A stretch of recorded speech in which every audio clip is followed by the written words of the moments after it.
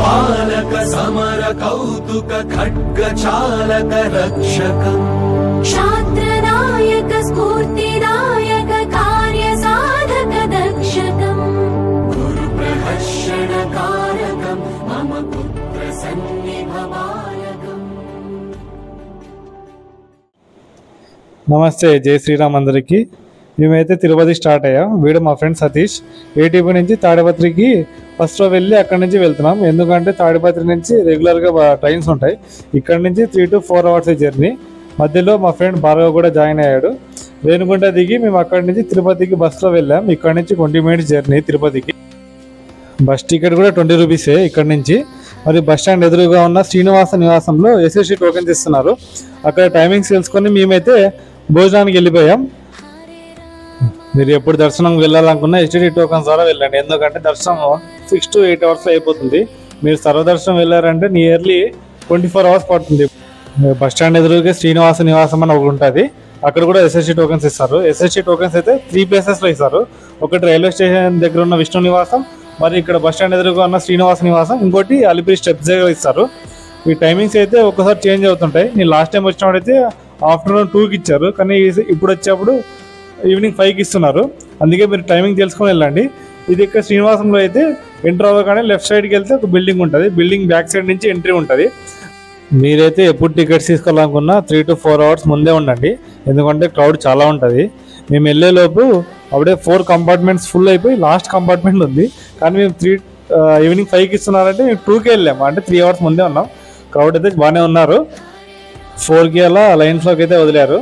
కానీ ఈరోజు టికెట్ తీసుకుంటే రేపటికి దర్శనం ఉంటుంది అది మనకి.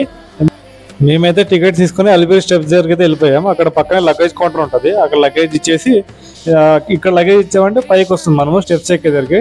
మేమైతే అలిపిరి స్టెప్స్ ఎక్కుతున్నాం కాబట్టి ఈ స్టెప్స్ అయితే 3250 స్టెప్స్ ఉంటాయి. ఈవినింగ్ 6కి స్టార్ట్ అయ్యాం. ఈవినింగ్ 4 దాటిందంటే చిన్నపిల్లల్ని అయితే అలా చేయడం లేదు స్టెప్స్ ఎక్కడానికి. కానీ స్టెప్స్ క్లోజింగ్ టైం అయితే నైట్ 9 వరకు ఉంటుంది. మేమైతే కానీ ఒకటేసారి వదలడం లేదు. అందరూ ఒక 100 మంది 200 మంది అయిన తర్వాత వదులుతున్నారు. మేమైతే గుంపులుగా వెళ్ళాలని, ఎందుకంటే టైగర్స్ అవి తిరుగుతున్నాయని చెప్పేసి వాళ్ళు ఇన్స్ట్రక్షన్స్ చెప్తారు మనం స్టార్ట్ అయ్యేటప్పుడు. మేమైతే గాలిగోపురం దగ్గరికి వచ్చేసాం. ఇక్కడికి వచ్చామంటే హాఫ్ ఆఫ్ ది స్టెప్స్ అయిపోయినట్టే. మధ్యలో చూడండి అడవి జంతువులు ఉన్నాయి. ఇక్కడ మార్నింగ్ టైమ్స్ అయితే చాలా కనిపిస్తాయి, జింకలు అవి ఇవి. కానీ మీరు స్టెప్స్ ఎక్కేటప్పుడు గమనించారా ఎప్పుడన్నా? కానీ మన విష్ణు అవతారాలు ఉంటాయి, దశావతారాలు విగ్రహాలన్నీ ఉంటాయి. నేను ఎప్పుడు గమనించలేదు, ఫస్ట్ టైం గమనించాను. మధ్యలో కూడా కొన్ని చోట్ల ఆపేస్తారు. మనతో పాటు ఫారెస్ట్ గార్డులు కూడా ఉంటారు. వాళ్ళు కూడా మనతో పాటు వస్తుంటారు. ఇక్కడ కూడా మేము ఇక్కడికి వచ్చేసరికి అప్పుడే ఆపేస్తున్నారు. ఇక్కడ ఒక 1/2 hour వెయిట్ చేసాం. ఎందుకంటే గుంపులుగానే వదులుతున్నారు అందరినీ.